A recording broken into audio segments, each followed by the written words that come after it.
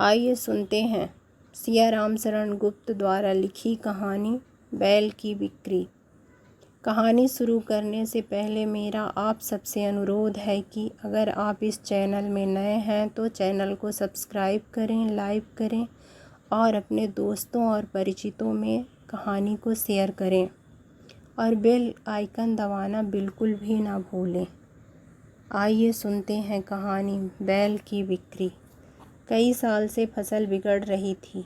बादल समय पर पानी नहीं देते थे। खेती के पौधे अकाल वृद्ध होकर असमय में ही मुरझा रहे थे।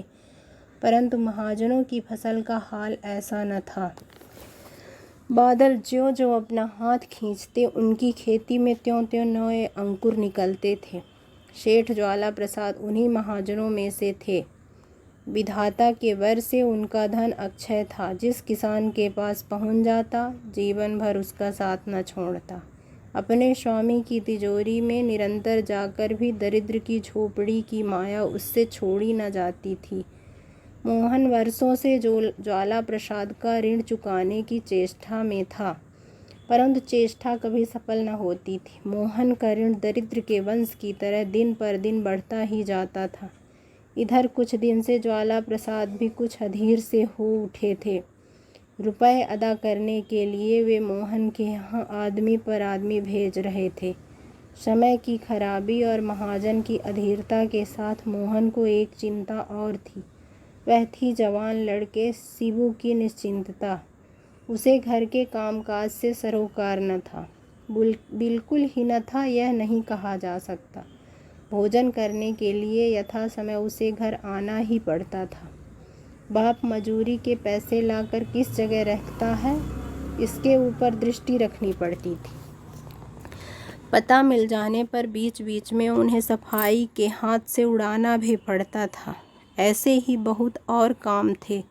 2-4 बार उसे बैलगाड़ी किराए के लिए चलानी पड़ी थी। संभव है यह बेगारी चलकर और अधिक करनी पड़ती, परंतु हाल ही में यह संभावना भी असंभव हो गई है। अचानक 1-2 दिन 4 घंटे की बीमारी से हाल ही में उसका बैल चल बसा था। इस प्रकार ईश्वर ने उसके स्वच्छंद विचरण के पथ में एक सुविधा और कर रखी थी।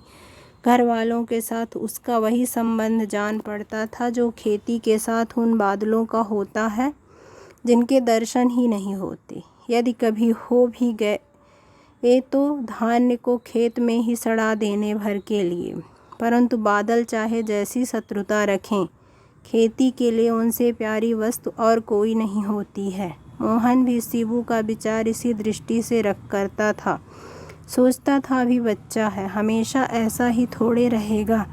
जब वह शिबू की कोई बात आई गई कर जाता तब उसे अपने मृत पिता की याद आ जाती। उसने भी अपने पिता को कम नहीं खिझाया था। पिता के प्रति कृतज्ञता प्रकट करने का सबसे बड़ा साधन कदाचित बच्चे को प्यार करना ही है। शिबू का यथेच्छाचार क्षमा करते समय प्रायः मोहन का हृदय गदगद हो उठता था। उस दिन कलेवा करके शिबू बाहर निकल रहा था। मोहन ने पीछे से कहा, लल्लू, आज मुझे एक जगह काम पर जाना है। बैल की सार साफ करके तुम उसे पानी पिला देना। शिबू ने पिता की ओर मुड़कर कहा, मुझसे यह बेकार न होगी, मुझे भी एक जगह जाना है। मोहन जानता था कि कांच की तरह सीधी गर्मी दिखाकर इसे झुकाने की इच्छा रखना मूर्खता है। विनती के स्वर में बोला, बेटा मुझे काम है, नहीं तो तुमसे क्यों कहता, कौन बहुत देर का काम है। शिबू उसी तरह अविचल कंठ से बोला, थोड़ी देर का काम हो या बहुत देर का, मुझे बाह्यात कामों की फुर्सत नहीं है। मोहन झुंझला उठा, क्रुद्ध होकर बोला, कैसा है रे? बैल को पानी पिलाना बाह्यात काम बताता है? किसानी न करेगा तो क्या बाबू बनकर डाकखाने में टिकट बेचेगा? ठीक तो कहता हूँ, नाराज क्यों होते हो?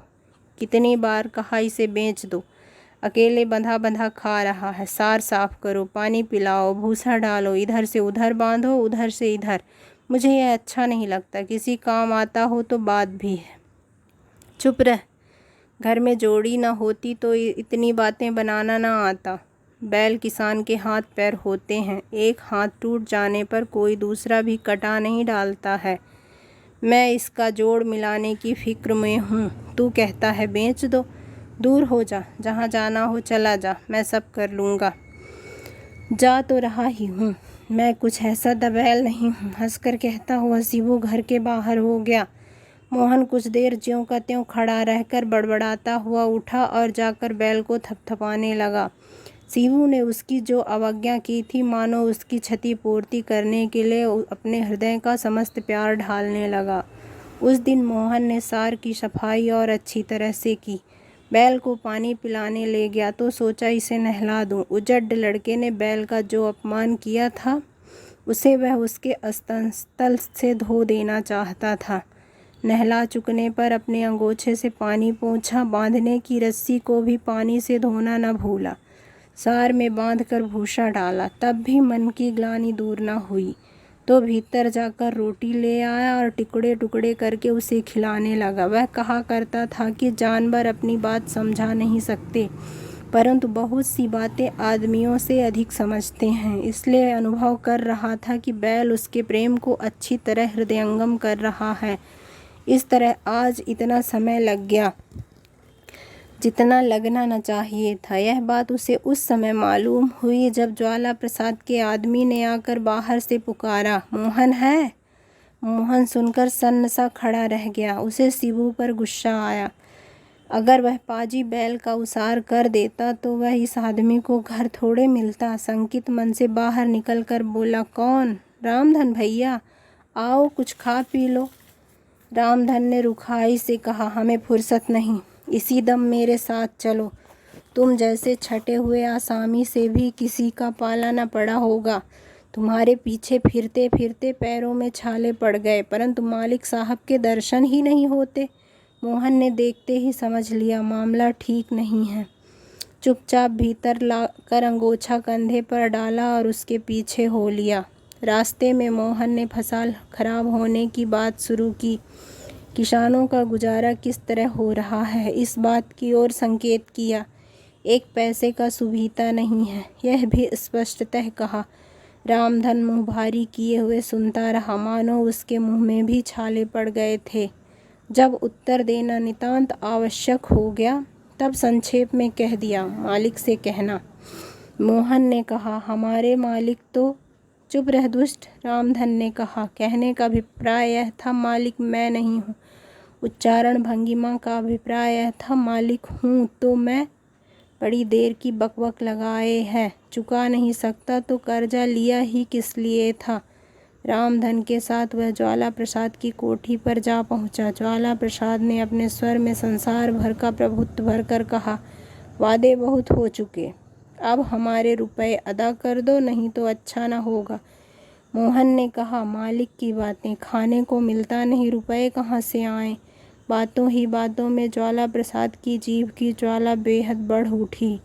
मूर्ख, बेईमान आदि जितनी उपाधियों से एकदम वह निरीह मंडित हो उठा। मोहन घर न जा सका। रुपए अदा कर दो और चले जाओ, बस इतनी सी बात थी। शिवू ने तीसरे पहर घर आकर देखा, दद्दा नहीं है। मालूम हुआ सवेरे ज्वाला प्रसाद के आदमी के साथ गए थे, दोपहर की रोटी खाने भी नहीं आए। शिवू झपाटे के साथ घर से निकलकर ज्वाला प्रसाद के यहाँ जा पहुँचा। पिता को मुँह सुखाए पसीने पसीने एक जगह बैठा देखा। बोला, चलो आज रोटी नहीं खानी? आवाज़ सुनकर दूर से ज्वाला प्रसाद ने कहा, कौन है? शिबुआ दाम लाया या यूं ही लिवाने आ गए? शिबू ने अपने कर्कश कंठ को और भी कर्कश करके कहा, हमारी अपनी रुपहट्टी लोगे या किसी की जान? अरे कुछ तो दया होती, बूढ़े ने सवेरे से पानी तक नहीं पिया, तुम कम से कम 4 दफ़े भोजन ठूस चुके होंगे। मोहन लड़के का ढंग देखकर घबरा उठा। बोला, अरे ढोर, कुछ तो समझ की बात कर, किससे किस तरह बोलना चाहिए। आज तक तुझे यह सहूर न आया। न आने दो, चलो उठो, मैं तुम्हें यहाँ कसाई की गाय की तरह मरने न दूंगा। रामपुर की हाट में सोमवार को बैल बेचकर उनकी कौड़ी पाई चुका दूंगा। कहकर शिबू ने पिता का हाथ पकड़ा और उसे झकझोरता हुआ साथ ले गया। ज्वाला प्रसाद हतबुद्धि होकर ज्यों के त्यों बैठे रहे। उन्होंने शिबू के जैसा निर्भय आदमी न देखा था। उनके मुंह पर ही उन्हें कसाई बनाया गया। गुस्सा की अपेक्षा उन्हें डर ही अधिक मालूम हुआ। वे भी उसी हाट में रामपुर जा रहे थे। आजकल डाकुओं का बड़ा जोर था। वह सिबुआ भी तो कहीं डाकुओं में नहीं है। कैसा ऊंचा, पूरा हिष्टपुष्ट पट्ठा है। बोलने में किसी का डर नहीं, चलने में किसी का बंधन नहीं। दिन भर किसी काम में ज्वाला प्रसाद का मन नहीं लगा। बार बार उसका तेज तृप्त चेहरा उन्हें याद आता रहा। 2 दिन में ही ऐसा जान पड़ने लगा मानो मोहन बहुत दिन का बीमार हो। दिन भर वह बैल के विषय में ही सोचा करता। रात को उठकर कई बार बैल के पास जाता। दिन में और लोगों के सामने अपना प्रेम पूर्ण रूप से प्रकट करते हुए उसे संकोच होता था। रात के एकांत में उसे अवसर मिलता, बैल के गले से लिपटकर प्रायः वह आंसू बहाने लगता। यदि कभी शिबू इसका आचरण देख ले तो उसे ऐसा जान पड़ता मानो वह कोई अपराध कर रहा हो। हाट जाने के 1 दिन पहले उसने शिबू से कहा, एक बात बेटा मेरी मानना, बैल भर किसी भले आदमी को देना जो उसे अच्छी तरह रखे। 2-4 रुपए कम मिले तो ख्याल ना रखना। शिबू बिगड़कर बोला, तुम्हारी बुद्धि तो बिगड़ गई है। जब देखो बैल बैल की रट लगाए रहते हो। मैं मर जाऊं तो भी शायद तुम्हें बैल के जितना रंज ना हो। बैल जिए या भाड़ में जाए, मुझे कोई मतलब नहीं। जो दाम देना होगा मैं उसी को बेच दूंगा। हमारा ख्याल कौन रखता है? मैं किसी का न रखूंगा। उस कसाई के रुपए उसके मत्थे मार दूं, मैं तो इतना ही चाहता हूँ बस। मोहन चुपचाप सुनता रहा। थोड़ी देर बाद एक गहरी सांस लेकर वहाँ से हट गया। जिस समय बैल की रस्सी खोलकर शिबू हाट के लिए जा रहा था वहाँ मोहन न था। किसी काम के लिए जाने की बात कहकर वह पहले ही बाहर चला गया था। बैल बेचकर शिबू घर लौट रहा था। रुपए उसकी अंटी में थे तो भी उसकी चाल में वह तेजी नहीं थी जो जाते समय थी। न जाने कितनी बातें उसके भीतर आ जा रही थी। बैल के बिना उसे सूना मालूम हो रहा था। आज के पहले वह यह बात किसी तरह न मानता कि उसके मन में भी उस क्षुद्र प्राणी के लिए इतना प्रेम था। मनुष्य अपने आप के विषय में जितना अज्ञानी है, कदाचित उतना और किसी के विषय में नहीं। बार बार उसे बैल की सूरत याद आती। उसके ध्यान में आता मानो विदा होते समय बैल भी उदास हो गया था। उसकी आंखों में आंसू छलक आए थे। बैल का विचार दूर करता तो पिता का सूखा हुआ चेहरा सामने आ जाता। बैल और पिता मानो एक ही चित्र के 2 रुख थे। लौट फिरकर एक के बाद दूसरा उसके सामने आ जाता था। आह, उसका पिता इस बैल को कितना प्यार करता था। उसे अनुभव होने लगा कि वह बैल उसका भाई ही था। एक ही पिता के वात्सल्य रस से दोनों पुष्ट हुए थे। जो पिता जानवर के लिए इतना प्रेमातुर हो सकता है, वह उसके लिए न जाने क्या करेगा। सोचते सोचते उसका हृदय पिता के लिए आर्द्र हो उठा। हाय, वह अब तक अपने ऐसे स्नेहशील पिता को भी न पहचान सका। उसके हृदय का औदत्य आज अपने आप पराजित हो गया था। घने वन की छाती पर पत्थर की पक्की सड़क दोनों ओर के वृक्षों की छाया का उपभोग करती हुई निर्जन और बस्ती की परवाह न करके बहुत दूर तक चली गई थी। दूर दूर तक आदमी का चिन्ह तक दिखाई न देता था। बीच बीच में कुछ हिरण छलांगे मारते हुए सड़क पार कर जाते थे। अचानक शिबू ने देखा एक जगह बहुत सी बैलगाड़ियां ढिली हुई हैं। एक ओर की निर्जनता के आधार पर ही दूसरी ओर की सघनता अवलंबित है। मानो यही दिखाने के लिए ऊंची सड़क के दोनों ओर लगातार नीची खंदकें चली गई थी। 200-300 आदमी उन खंदियों में चुपचाप दूर तक श्रेणीबद्ध बैठे हुए थे। शिबू ने समझा, सड़क पर साहूकार के आदमी हैं। कुछ वसूल कर लेने के लिए इन आदमियों को परेशान कर रहे हैं। साहूकार का विचार आते ही उसका गर्वित हृदय विद्रोही हो उठा। विचारों की श्रृंखला छिन्न भिन्न हो गई। वह तेजी से चलने लगा। कौन है? खबरदार, खड़ा रह। शिबू ने देखा पुलिस के सिपाहियों की पोशाक में बंदूक लिए हुए कुछ 5 आदमी हैं। मुंह कपड़े से इस तरह बांधे हुए हैं कि सूरत साफ दिखाई न दे सके। बीच सड़क पर एक कपड़ा बिछा हुआ है। उस पर रुपए, पैसे और गहनों का ढेर लगा है। शिबू को समझने में देर नहीं लगी। डाकू हैं, सिपाही नहीं। दिन दहाड़े यहाँ लूट हो रही है। सड़क के नीचे खंदियों में जो लोग बैठे हैं वे लूट चुके हैं। डाकुओं ने धन के साथ मानो उनकी गति और वाणी भी अपहरित कर ली है। हाँ, तो एक डाकू फिर से कड़क कर बोला, कौन है? चला ही आ रहा है, खड़ा हो जा, रख दे जो कुछ तेरे पास हो। शिबू ने देखा अब रुपए जाते हैं। उसे रुपयों का मोह कभी न था। रुपया पैसा उड़ाना ही उसका काम था। परंतु ये रुपए किस तरह आए हैं, यह बात वह अभी अभी अनुभव करता आ रहा था। एक क्षण के हिस्से में उसे पिता का सूखा हुआ चेहरा याद आया और दूसरे क्षण उस महाजन का, जिसने रुपए चुकाने के लिए उसे तीसरे पहर तक भूखा प्यासा रोक रखा था।